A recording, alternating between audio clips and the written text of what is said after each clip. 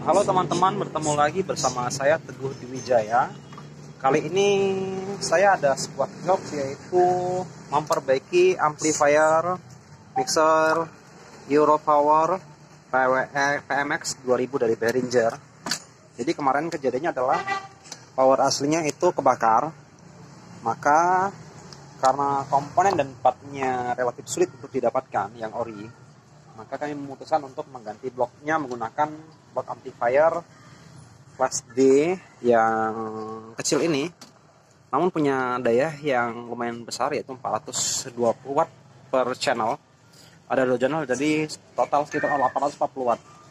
Nah, pemasangnya sangat mudah, hanya menggunakan sekun baut ya. Jadi terminalnya langsung dibautkan saja tanpa harus menggunakan solder.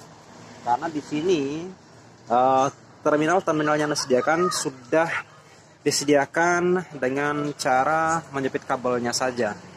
Nah, ada beberapa kabel yang harus dihubungkan. Pertama adalah supply.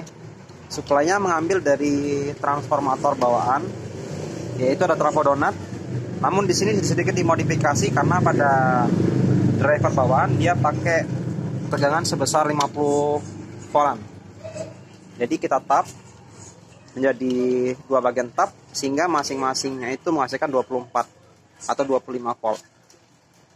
Ini akan langsung kita hubungkan ke bagian DC input, karena kita di bagian input AC 24V. Jadi di sini kita sambungkan saja langsung ya. Oke. Nah, pemasangannya ini harus benar-benar kencang, karena kalau tidak kencang nanti takut karena pengaruh panas dia akan longgar sendiri. Jadi ini kita pasangkan pada terminalnya seperti ini. Kunci dan kencang masing-masing bagian. Ada di bagian bawah, yaitu power AC 24V, AC GND AC. Ini panel yang sudah rusak karena kemarin sempat terjadi kesalahan sebagai contoh. Dan bagian sebelah kiri adalah input line untuk music, serta bagian outputnya adalah untuk speaker. Dan speaker sendiri ada 2 channel L dan R. Jadi kita sambungkan ke terminal speakon yang bawaan ya. Dan untuk bagian tengah yang untuk fungsi bridge tadi, nanti akan kita gunakan sebagai channel untuk subwoofer.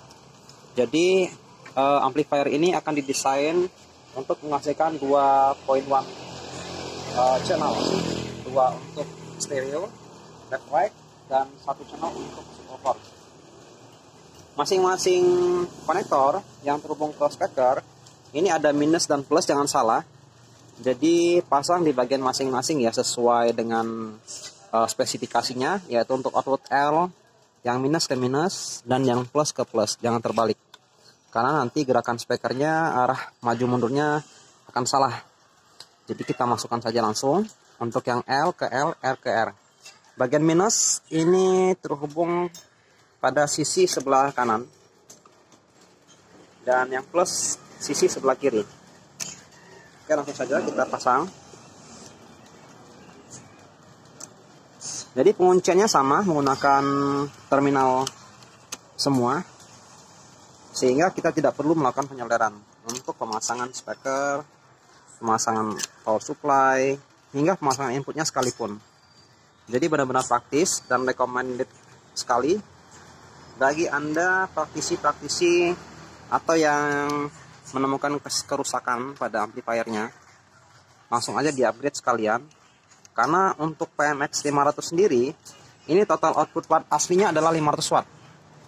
Nah, diganti dengan TDA 49 series ini, maka output satu channelnya adalah 420 watt secara nameplate-nya ya. Sehingga 2 channel mampu menghasilkan 840 watt. Sudah kita pasang. Yang terakhir pasang terminal yang satunya lagi. Jadi untuk L sudah, maka setelahnya lagi untuk R. Jangan terbalik lagi, yang minus ke minus sisi sebelah kiri, yang plus ke plus sisi sebelah kanan. Dan amplifier ini juga diklaim menghasilkan panas yang sangat rendah. Jadi kita cukup menambahkan sebuah mini fan untuk membantu sirkulasi pendinginannya. Berbeda dengan amplifier jenis kelas yang lainnya ya, yang kadang-kadang panasnya itu sampai berasa banget hingga keluar bagian dari body amplifier. Ini sangat dingin sekali, tapi bebannya itu kalau bisa jangan sampai di bawah 2 ohm, cukup 4 ohm saja untuk minimum bebannya ya. Jadi 8 ohm is okay, tapi kalau misalnya terpaksa menggunakan yang lebih rendah, ya cukup di 4 ohm saja, jangan dipaksa ke 2 ohm. Meskipun secara teknis amplifier ini diklaim mampu beroperasi pada 2 ohm. Oke, sekarang kita masukkan power supply yang satu lagi. Jadi di sini kita gunakan full wave ya, menggunakan trafo donat asli bawaan, tapi kita sedikit modifikasi karena bawaan aslinya itu beroperasi pada nilai sekitar 50 volt. Maka kita bagi dua sehingga menghasilkan nilai sekitar 25 volt. Oke.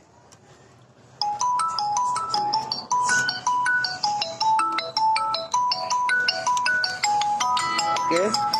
Nanti kita akan lanjutkan lagi untuk pengujian berikutnya.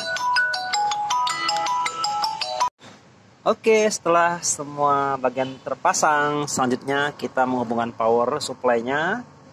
Dan di sini ada indikator yang sudah menyala, LED warna biru, cantik. Dan oke, boleh kita tes bro.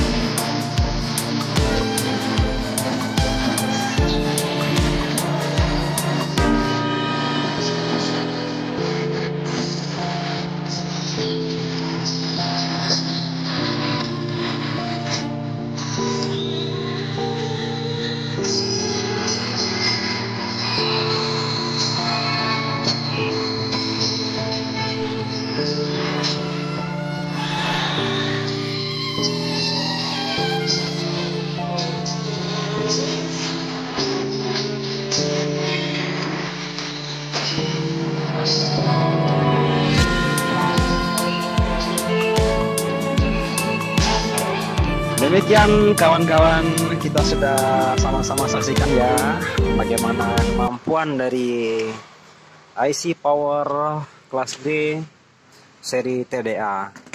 Nah, berikutnya nanti kita mungkin akan coba lagi untuk ke modul yang IRS-nya yang untuk mendorong subwoofer di video berikutnya. Wassalamualaikum warahmatullahi wabarakatuh.